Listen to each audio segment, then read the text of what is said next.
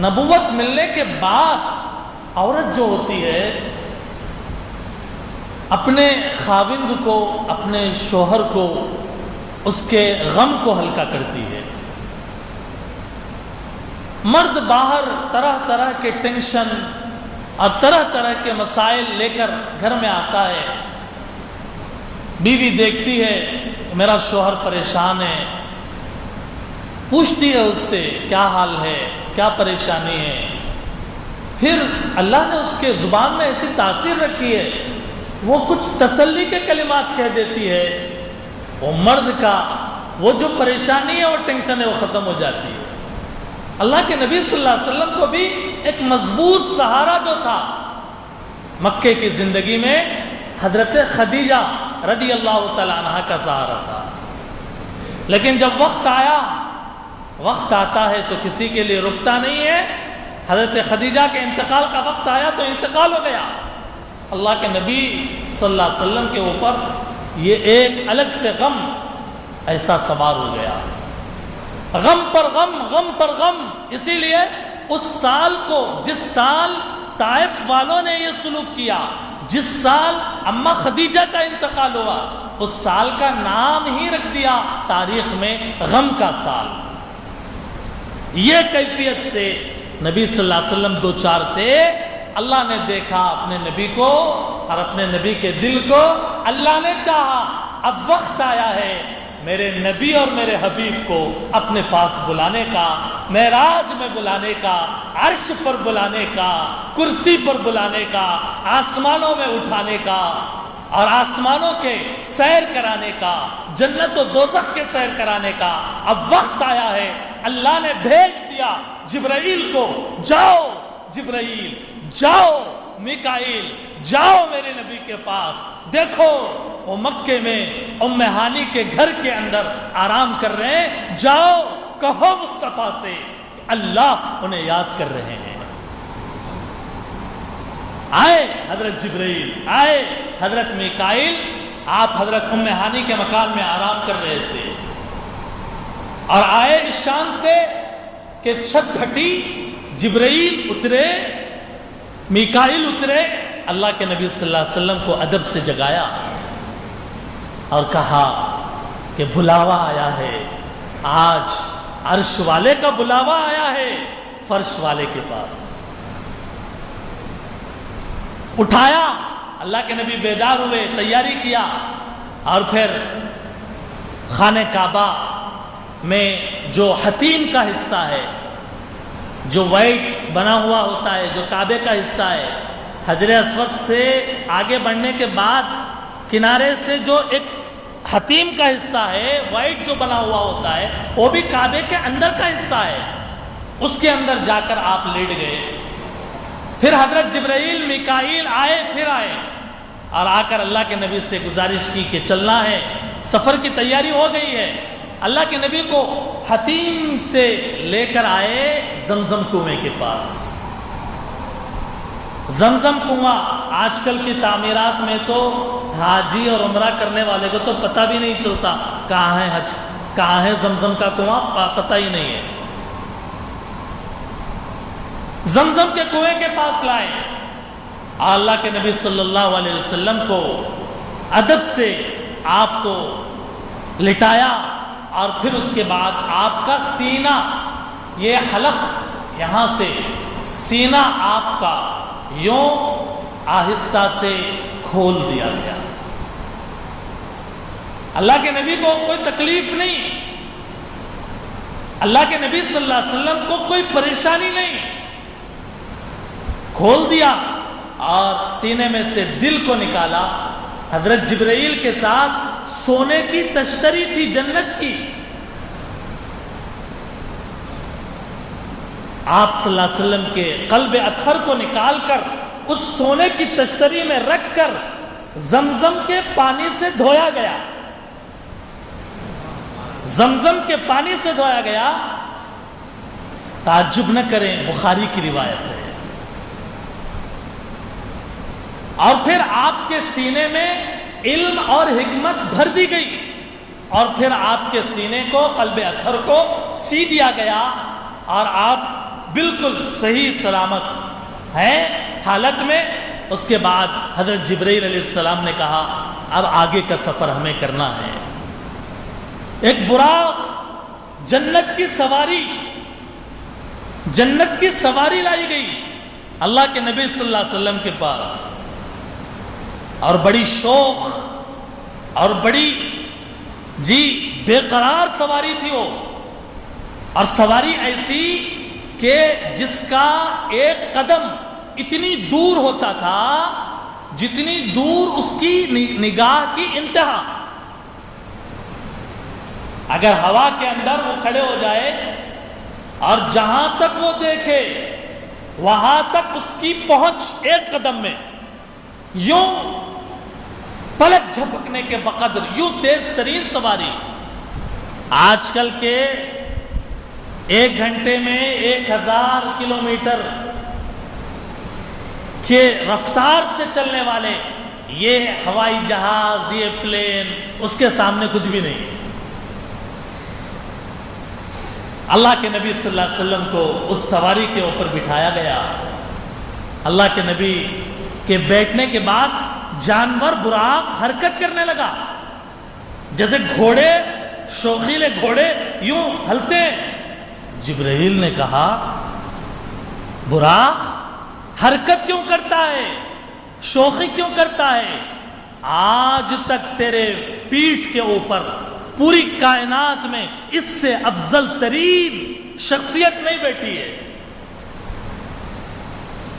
اعلیٰ رسول، اعلیٰ انسان تیرے پیٹھ کے اوپر بیٹھے ہوئے ہیں، تو حرکت کیوں کرتا ہے؟ یہ سن کر جبرائیل کی آواز کتابوں میں ہے کہ براق کے پسینے چھوٹ گئے، اور پھر اس کے بعد سفر شروع ہوا،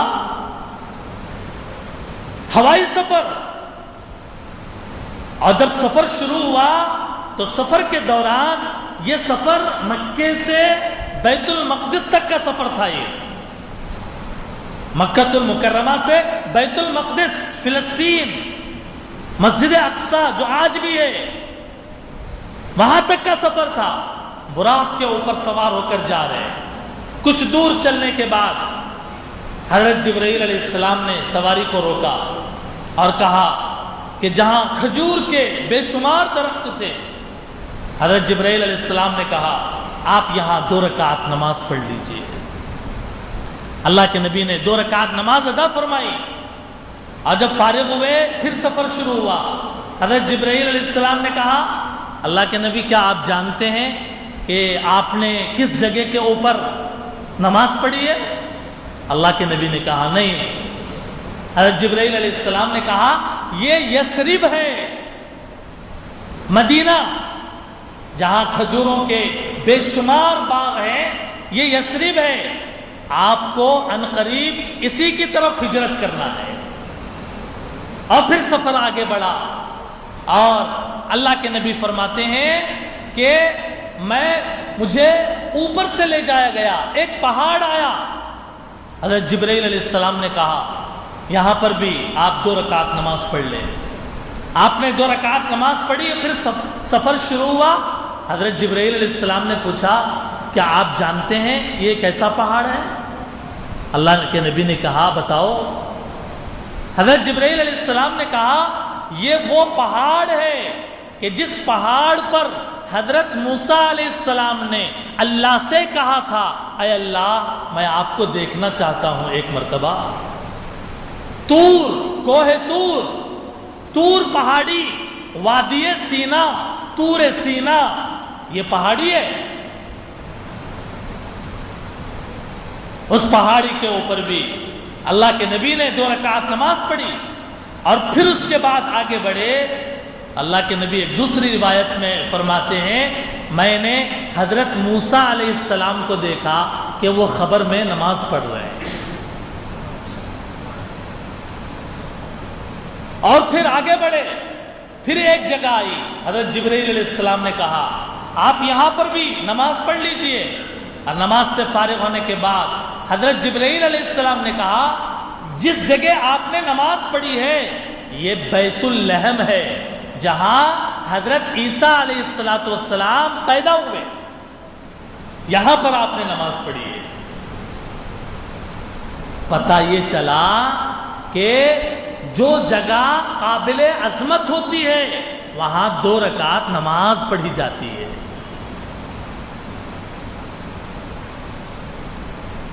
ایسے ہی پھر آگے بڑھے، ایک بستی آئی، حضرت جبرائیل علیہ السلام نے کہا یہاں پر بھی آپ نماز پڑھ لیجئے۔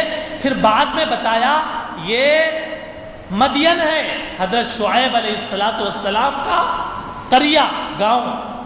اور پھر اس کے بعد آگے بڑھے اور حالات پیش آتے رہے۔ درمیان میں ایک بوڑھی عورت راستے میں کھڑی ہوئی ہے، بوڑھی، بہت بوڑھی، اللہ کے نبی صلی اللہ علیہ وسلم کو آواز دے رہی ہے، رکو۔ جبرائیل علیہ السلام نے کہا اس کی آواز کا جواب مت دیجیے، ہم کو آگے بڑھنا ہے۔ کچھ دور گئے اور اس کے بعد میں ایک بوڑھا آدمی آواز دے رہا ہے، رکو۔ حضرت جبرائیل علیہ السلام نے کہا مت رکیے، آگے چلیں۔ کچھ دور جانے کے بعد ایک نیک انسانوں کی جماعت، انہوں نے اللہ کے نبی صلی اللہ علیہ وسلم کو سلام کیا، السلام علیکہ یا اول، السلام علیکہ یا آخر، السلام علیکہ یا حاشر۔ ان لوگوں نے سلام کیا۔ حضرت جبرائیل علیہ السلام نے کہا آپ ان کے سلام کا جواب دیجیے۔ اللہ کے نبی نے جواب دیا۔ حضرت جبرائیل نے فرمایا وہ جو بوڑھی عورت تھی وہ دنیا تھی، دنیا کی شکل تھی، وہ اب دنیا ختم ہونے کو ہے، جیسے انسان بوڑھا ہونے کے بعد مر جاتا ہے، دنیا بھی بوڑھی ہو گئی، اب قیامت قریب ہے، یہ اشارہ ہے اس کے اندر۔ وہ دنیا تھی جس نے آپ کو روکنا چاہا، اس لیے میں نے کہا کہ آپ اس کے بات کا جواب مت دیجیے۔ اور جو بوڑھا تھا وہ شیطان تھا، وہ بھی آپ کو روکنا چاہتا تھا، میں نے اسی لیے کہا آپ اس کے بات کا جواب مت دیجیے۔ آگے بڑھے اور پھر پہنچے بیت المقدس میں، فلسطین کی مبارک سرزمین میں، مسجد اقصی، مسجد کے باہر جیسے ہم گاڑی پارک کرتے ہیں، اللہ کے نبی صلی اللہ علیہ وسلم کی وہ براق اتری زمین کے اوپر۔ اللہ کے نبی نے اس براق کو جیسے جانوروں کو باندھا جاتا ہے اس طریقے سے ایک جگہ باندھ دیا، اور مسجد میں دیکھا تو پوری مسجد بیت المقدس، مسجد اقصی بالکل آباد ہے، بھری ہوئی ہے، لوگوں سے بھری ہوئی ہے، اور ہر طرف نور ہی نور ہے، ہر طرف روشنی ہی روشنی ہے، ہر طرف نیک انسان ہے۔ اللہ کے نبی نے دیکھا کہ پوری مسجد، بڑی مسجد ہے وہ بیت المقدس، مسجد اقصی، دیکھا اور جا کر دوسری یا تیسری صف میں اللہ کے نبی صلی اللہ علیہ وسلم بیٹھے اور 2 رکعات تحیت المسجد کی نماز پڑھی۔ اس کے بعد اقامت کہی گئی۔ اللہ کے نبی سوچ رہے تھے کہ اب جب نماز کھڑی ہوئی ہے جماعت کی تو امامت، یہاں کوئی بڑے آدمی ہوں گے امام، وہ امامت کریں۔ اور میں آپ کو بتاؤں اس سے پہلے راستے میں جس جماعت نے آپ کو سلام کیا وہ کون تھے؟ حضرت آدم علیہ السلام، حضرت موسیٰ علیہ السلام، حضرت عیسیٰ علیہ السلام۔ اب جب صفیں لگ گئی، لوگ انتظار ہیں، حضرت جبرائیل نے بتایا اللہ کے نبی یہ بیت المقدس میں مسجد اقصی میں جتنے لوگ بیٹھے ہوئے ہیں یہ کوئی عام مجمع نہیں ہے، یہ 1.25 لاکھ نبیوں کا مجمع ہے، یہ 1.25 لاکھ نبی۔ اللہ اکبر۔ آدم علیہ السلام سے لے کر عیسیٰ علیہ السلام تک جتنے نبی آئے وہ سارے نبی صفوں کے اندر بیٹھے ہوئے ہیں۔ ذرا سوچیں کیا مجمع ہوگا. کوئی ایک بھی انسان ایسا نہیں جس نے گناہ کیا، اور سارے نبیوں کے چہرے اللہ کے نبی صلی اللہ علیہ وسلم کو بتایا. حضرت جبرائیل علیہ السلام نے پورے نبی ہیں، یہ انبیاء ہیں، یہ اولین اور آخرین ہیں یہ. اور پھر اس کے بعد میں اللہ کے نبی فرماتے ہیں میں یہ سوچنے لگا کہ جب سارے انبیاء ہیں تو سب سے پہلے نبی آدم علیہ السلام ہیں، پہلے انسان بھی ہیں اور پہلے نبی بھی ہیں. وہ امامت فرمائیں گے، نبیوں کی امامت وہ فرمائیں گے. میں یہ سمجھنے لگا، لیکن حضرت جبرائیل آئے اور آ کر کہنے لگے یہ سارے نبیوں کی امامت آپ کو کرنا ہے، اور آپ کو بڑے احترام سے آگے کیا، اور ایک خصوصی مصلی، ایک خصوصی جانماز امام کے لیے، امامت کے لیے حضرت جبرائیل نے بچھائی، اور اللہ کے نبی صلی اللہ علیہ وسلم کو وہاں پہ کھڑا کیا. اللہ کے نبی صلی اللہ علیہ وسلم نے سارے نبیوں کی امامت فرمائی. اسی لیے کہا جاتا ہے ہمارے نبی کوئی عام نبی نہیں ہے، ہمارے نبی سارے نبیوں کے امام ہیں. ہر نبی اپنے قوم کا امام، ہر رسول اپنے قبیلے اور اپنی امت کا رسول، اور ہمارا رسول سارے رسولوں کا امام، سارے نبیوں کا گویا تاجدار.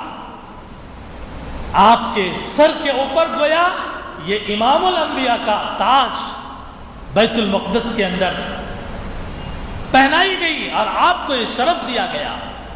امامت سے فارغ ہونے کے بعد نماز مکمل ہو گئی، صف بکھر گئی، اور سارے انبیاء اپنی اپنی جگہوں پر چلے گئے. مراد یہ ہے آسمانوں میں ہر نبی کا ایک مقام ہے. آسمان کتنے ہیں؟ 7 آسمان ہیں. زمین کتنے ہیں؟ 7 زمین ہیں. دلیل کیا ہے؟ پارے 28 سورہ طلاق کی آیت، اللہ الذی خلق 7 سماوات ومن الارض مثلہن. اللہ وہ ذات کہ جس نے 7 آسمان بنائے اور انہی کے مثل زمین بنائے، یعنی 7 زمین بنائے. پہلے آسمان پر آدم علیہ السلام، دوسرے آسمان پر یحییٰ اور عیسیٰ علیہ السلام، تیسرے آسمان پر یوسف علیہ السلام، چوتھے آسمان پر ادریس علیہ السلام، 5ویں آسمان پر ہارون علیہ السلام، 6ٹھے آسمان پر موسیٰ علیہ السلام، اور 7ویں آسمان پر ابراہیم علیہ السلام. انبیاء چلے گئے اپنے اپنے مقام پر. حضرت جبرائیل علیہ السلام نے جنت کی ایک سیڑھی لائی، اور اس سیڑھی کے اوپر چڑھ کر اللہ کے نبی نے آسمانوں کا سیر شروع کیا ہے. معراج کو معراج کیوں کہتے ہیں؟ اس لیے کہ معراج کے معنی عربی زبان میں سیڑھی کے ہیں. یہ جو جنت کی سیڑھی لائی اور لگائی گئی بیت المقدس سے، بیت المقدس کے باہر حضرت جبرائیل علیہ السلام نے جو لائی، اسی سیڑھی کی وجہ سے اس پورے واقعے کو معراج کہا جاتا ہے. اللہ کے نبی صلی اللہ علیہ وسلم آگے بڑھے، پہلے آسمان پہ پہنچے. بخاری شریف کی روایت میں تفصیلات ہیں. پہلے آسمان پر آدم علیہ السلام ہے. جیسے ہی آسمان کا دروازہ کھلا، حضرت جبرائیل اللہ کے نبی کو لے کے پہنچے پہلے آسمان پہ. ویلکم کیا، استقبال کیا حضرت آدم علیہ السلام نے. کہا حضرت آدم علیہ السلام نے مرحبا بالابن الصالح والنبی الصالح. آدم علیہ السلام نے کہا مرحبا مرحبا، خوش آمدید خوش آمدید میرے نیک بیٹے. اللہ کے نبی بھی حضرت آدم علیہ السلام ہی کی اولاد میں ہے نا. سارے انسانی اولاد، سارے نبیوں نے جب سلام کیا اور مرحبا کہا تو کہا، بعض نبیوں نے تو کہا خوش آمدید، مرحبا مرحبا ہمارے نیک بھائی، بالاخ الصالح والنبی الصالح کے الفاظ. لیکن آدم علیہ السلام نے جب الفاظ نکالے اپنے نبی کے مرحبا کہنے کے لیے تو جو لفظ کہا کہ جیسے ایک باپ اپنے بیٹے کا استقبال کرتا ہے، آدم علیہ السلام اٹھ کے کھڑے ہو کر اپنے پیغمبر کو یہ کہہ رہے ہیں، مرحبا میرے بیٹے، مرحبا میرے نیک بیٹے، میرے نیک نبی. اور پھر اس کے بعد بات چیت ہوئی، پھر اس کے بعد آگے بڑھے دوسرے آسمان پر، یحییٰ اور عیسیٰ علیہ السلام تیسرے آسمان پر، چوتھے، پانچویں، ساتویں آسمان تک آپ ہر نبی سے ملاقات کرتے ہوئے، اور اخیر میں ساتویں آسمان پر ابراہیم علیہ السلام ابو الانبیاء آپ بیٹھے ہوئے ہیں. بیت المعمور، بیت المعمور، وہاں پر ایک جگہ بیت المعمور، جیسے انسانوں کے لیے حج اور طواف کرنے کے لیے اس دنیا میں خانہ کعبہ ہے نا، ایسے ہی فرشتوں کے لیے آسمانوں میں طواف کرنے کے لیے بیت المعمور ہے. ہمارے لیے جیسے خانہ کعبہ فرشتوں کے لیے، ویسے بیت المعمور. خانہ کعبہ کے بالکل سیدھ میں، جہاں خانہ کعبہ ہے اس کے بالکل سیدھا پہلے، دوسرے، تیسرے، ساتویں آسمان پر اسی سیدھ میں بیت المعمور ہے، اور فرشتے روزانہ اس بیت المعمور کا طواف کرتے ہیں. اور کہا فرشتوں کی تعداد اتنی کہ جب ایک فرشتہ جب طواف کر لیا پھر اس کی زندگی میں دوسری مرتبہ اس کو طواف کرنے کا موقع نہیں ملتا ہے، اتنے فرشتے. بیت المعمور، حضرت ابراہیم علیہ السلام سے بات چیت ہوئی. ساتویں آسمان کے بعد ایک جگہ ہے جس کو کہا جاتا ہے سدرۃ المنتہا. سدرہ کے معنی بیری کا درخت، بیری کا درخت، بیر کھاتے ہیں نا، اس کا جو درخت ہے وہ درخت کو عربی میں سدرہ کہتے ہیں. منتہا، منتہا یعنی انتہا، زمین سے جو اعمال، جو فیصلے، جو کوئی رپورٹ ہے وہ وہاں آ کر تھم جاتی ہے. سدرۃ المنتہا، وہاں پہ اینڈ، وہاں پہ اس کے بعد کی انٹری الاؤ نہیں ہے ہر ایک کے لیے. سدرۃ المنتہا. اور بیری کا درخت ایسے کانٹوں والا نہیں دنیا کی طرح، بلکہ چمکتا ہوا درخت جس کے پتے بڑے بڑے اور جس کی روشنی بڑی آنکھوں کو حیران کرنے والی. اللہ کے نبی صلی اللہ علیہ وسلم نے دیکھا ہے سدرۃ المنتہا. اور پھر اس سے آگے بڑھے تو دیکھا قلموں کے چلنے کی آواز آ رہی ہے، جس کو قلم چلنے کی آواز، جیسے سائلنٹ ہو، کوئی فیان نہیں چل رہا اور پوری مسجد میں کوئی نہیں ہے، خاموش ہے، تب آپ قلم سے کچھ لکھیں تو اس کی ہلکی سی آواز آتی ہے. اور آج کل کے قلموں کی نہیں آتی ہے تو کیا کریں؟ پہلے زمانے میں جو سیاہی ڈبو کر لکڑی کے کچے قلم ہوتے تھے، کچے قلم، انک والے نہیں، سیاہی ڈبو کر لکھے جاتے تھے.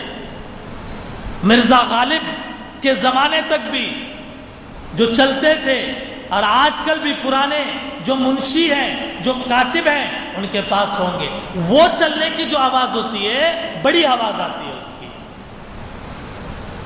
اللہ کے نبی نے سدرۃ المنتہا کے بعد صریف الاقلام، یہ قلم کے چلنے کی آواز، صریف الاقلام، اقلام کے معنی پین، جہاں پر فرشتے ڈیوٹی کر رہے ہیں، تقدیر لکھ رہے ہیں، اور تقدیر لکھ کر نیچے والے فرشتوں کے حوالے کر رہے ہیں۔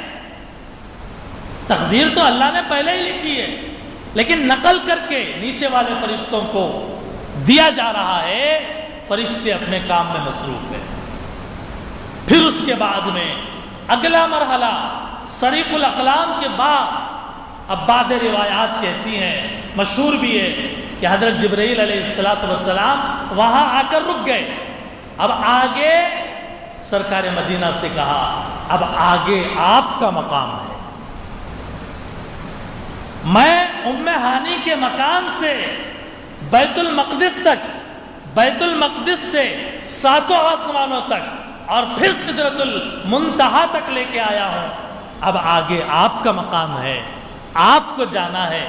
سیرت کی کتابوں میں ہے کہ ایک سبز مخملی سواری آپ کے لیے لائی گئی، جس کو رف رف کہا جاتا ہے۔ کیا کہا جاتا ہے؟ رف رف۔ ایک سبز مخملی مسند ہے وہ، جو لایا گیا اللہ کے نبی صلی اللہ علیہ وسلم کے لیے۔ اللہ کے نبی اس کے اوپر تشریف فرما ہوئے، اور پھر اس کے بعد میں عرش معلی اللہ رب العزت کی قربت میں پہنچے۔ درود شریف پڑھے، اللہم صلی علی سیدنا محمد وعلی آل سیدنا محمد وبارک وسلم۔ اللہ تعالی نبی صلی اللہ علیہ وسلم کے روض اقدس پر ہماری طرف سے کروڑ رحمت نازل فرمائے۔ پہنچے اللہ کے دربار میں، عرش معلی کے پاس، ایک حبیب و محبوب اللہ اور اس کے رسول۔ بعض روایات ہیں، اللہ نے پوچھا کیا لائے ہیں؟ آپ زمین سے آ رہے ہیں، ہمارے لیے کیا لائے ہیں؟ اللہ کے نبی نے کہا، جیسا کہ روایات بتاتی ہیں، اے اللہ آپ کو ہم کیا دے سکتے ہیں؟ زبان حال سے یوں کہا کہ اے اللہ ہماری تمام جسمانی عبادتیں، زبان کی عبادتیں، مال کی عبادتیں، بدن کی عبادتیں، اے اللہ ساری تعریفیں آپ کے لیے ہے۔ التحیات للہ والصلوات والطیبات۔ اے اللہ ہر طرح کی عبادت آپ کے لیے ہے، ہر طرح کی تعریف آپ کے لیے ہے، یہ پیش کرتا ہوں۔ اللہ نے کہا، السلام علیکہ ایھا النبی، اے نبی ہماری طرف سے بھی آپ پر سلامتی ہے، ہم سلامتی بھیجتے ہیں آپ پر، آپ کے لیے سلامت رہنے کے فیصلے کرتے ہیں۔ السلام علیکہ ایھا النبی۔ اور آپ نے کہا، آپ نے کہا کہ ہر طرح کی عبادت لائے ہیں اے نبی، ورحمت اللہ، اللہ کی رحمت بھی ہے آپ پر۔ اور اللہ نے کہا وبرکاتہ، اللہ کی برکتیں بھی ہیں تمہارے اوپر۔ اللہ رب العزت نے کہا، مورخین کہتے ہیں اللہ کے نبی اپنی امت سے اتنی محبت فرماتے تھے کہ عرش پر گئے، اللہ سے پوچھا، اے اللہ پھر میرے امتیوں کے لیے کیا ہے؟ اللہ نے کہا وَعَلَىٰ عِبَادِ اللَّهِ الصَّالِحِينَ، آپ کے امت کے نیک بندوں پر بھی اللہ کی سلامتی، اللہ کی رحمت، اللہ کی برکت ہوگی۔ اللہ کے نبی نے نہ ہمیں فرش پر بھولا نہ عرش پر بھولا۔ ہم کیسے امتی ہیں کہ فرش پر رہ کر ہی بھلا دیا اللہ کے نبی کو، فرش پر رہ کر ہی نبی کے احسان کو بھلایا، نبی کے سنت کو بھلایا، نبی کے طریقے کو بھلایا، نبی کے عبادتوں کو بھلایا، نبی کے سیرت کو بھلایا، نبی کے اسوے کو بلا کر زندگی گزارتے ہیں۔ کہا جاتا ہے میرے بھائی نکاح سنت کے مطابق کرو، عقیقہ سنت کے مطابق کرو، جنازہ سنت کے مطابق کرو، اپنے زندگی سنت کے مطابق گزارو۔ کہتے ہیں کہ ہم نبی کی کیا سنیں، ہم تو اپنے باپ دادا کے جاہلیت کے تصور کو سنتے ہیں۔ ہمارے خاندان کا یہ رواج ہے، یہ نظام ہے، ہمیں نبی کی سنت سے، سیرت سے اور اس سے ہمیں تو بس یہ کہنے دو کہ ہم درود پڑھ لیں گے، ہم جو عشق نبی کے نعرے لگا لیں گے، لیکن زندگی کے اندر میرے بھائی جب تک زندگی کے قدم قدم پر، موڑ موڑ پر جب تک نبی کے سنت کا نور نہیں ہوگا، اس وقت تک ہم سچے عاشق نہیں ہو سکتے نبی صلی اللہ علیہ وسلم کے۔ آج ہمیں معراج کے رات میں، اس مبارک رات میں یہ فیصلہ کرنا ہے کہ ہم اپنی باقی کی زندگی سنت کے مطابق گزاریں گے انشاءاللہ۔ اللہ کے نبی عرش کے اوپر گئے، اللہ کے نبی صلی اللہ علیہ وسلم سے اللہ تعالیٰ نے کہا، جیسا کہ روایات میں ہے کہ آپ یہاں آئے، آپ کی معراج ہے، اور آپ کے امت کی معراج کے لیے میں آپ کو 50 نمازیں دیتا ہوں۔ اللہ کے نبی سے کہا 50 نمازیں۔ اللہ کے نبی بڑے خوش ہوئے، میری امت کے لیے اللہ سے بات کرنے کا موقع 50 مرتبہ ملے گا۔ سوچئے آج 5 نمازاں پڑھنے اوپر نیچے ہو جا رہے، فجر پڑھو بولے تو بہت مشکل ہے، نیند کی قربانی نہیں ہو رہی۔ اب اگر 5 کی جگہ 50 نمازیں ہوتی، ہم میں کتنے لوگ ہیں جو 50 نمازیں پڑھ سکتے؟ اللہ کے نبی خوشی خوشی آ رہے ہیں، حضرت موسیٰ علیہ السلام سے ملاقات ہوئی، پوچھا، مشہور واقعہ ہے، وقت زیادہ ہو گیا، اب میں سارے واقعات کو تفصیل سے بیان کروں گا تو بہت وقت نکل جائے گا۔ حضرت موسیٰ علیہ السلام نے کہا، میں اپنی امت کو دیکھتے ہوں علماء نہیں پڑھ سکتے، میں آزما کے ہوں، دیکھ کے ہوں، آپ جائیے اللہ سے گزارش کیجئے تھوڑے نمازوں کو کم کرنے کو بولیے۔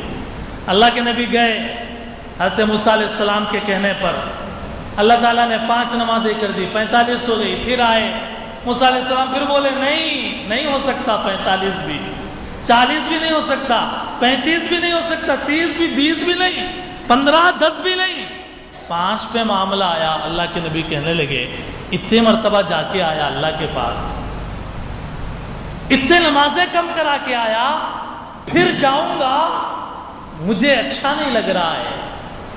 میں 5 نمازیں حضرت موسیٰ علیہ السلام پر ہم کو تھوڑا ان کے لیے دعا کرنا چاہیے، ہے کہ نہیں؟ اگر وہ نہیں بولتے، اللہ کے نبی پورے 50 کے 50 لے کے ہم آپ کو لا کے دے دیتے تو کیا ہوتا کہ سوچ لینا تھوڑا، کیا ہو سکتا تھا کہ، لیکن وہ گزارش کرے اللہ حضرت موسیٰ علیہ السلام کو کہ درجات بلند کرے۔ جی 5 نمازیں اخیر میں آئی، اللہ کے نبی نے کہا میں نہیں جا سکتا آگے۔ پھر اس کے بعد میں اللہ کی طرف سے اعلان ہوا، اللہ کی طرف سے اعلان ہوا کہ آپ کی امت اگر 5 نمازیں پڑھے گی، میں آپ کی امت کو 50 نمازوں کا ثواب دے دوں گا۔ لیکن پڑھے تو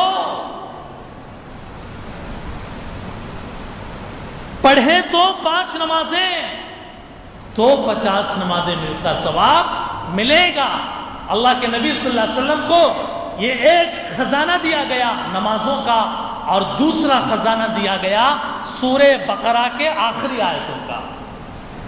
آمن الرسول بما انزل الیہ من ربہ والمؤمنون کلنا آمن باللہ وملائکتہ وکتبہ ورسلہ لا نفرق بین احد من رسلہ وقالوا سمعنا واطعنا غفرانک ربنا والیک المصیر لا یکلف اللہ نفسا الا وسعها لہا ما کسبت وعلیہا ما اکتسبت ربنا لا تؤاخذنا ان نسینا واخطأنا ربنا ولا تحمل علينا اصرا كما حملته على الذين من قبلنا ربنا ولا تحملنا ما لا طاقة لنا به واعف عنا واغفر لنا وارحمنا انت مولانا فانصرنا على القوم الكافرين.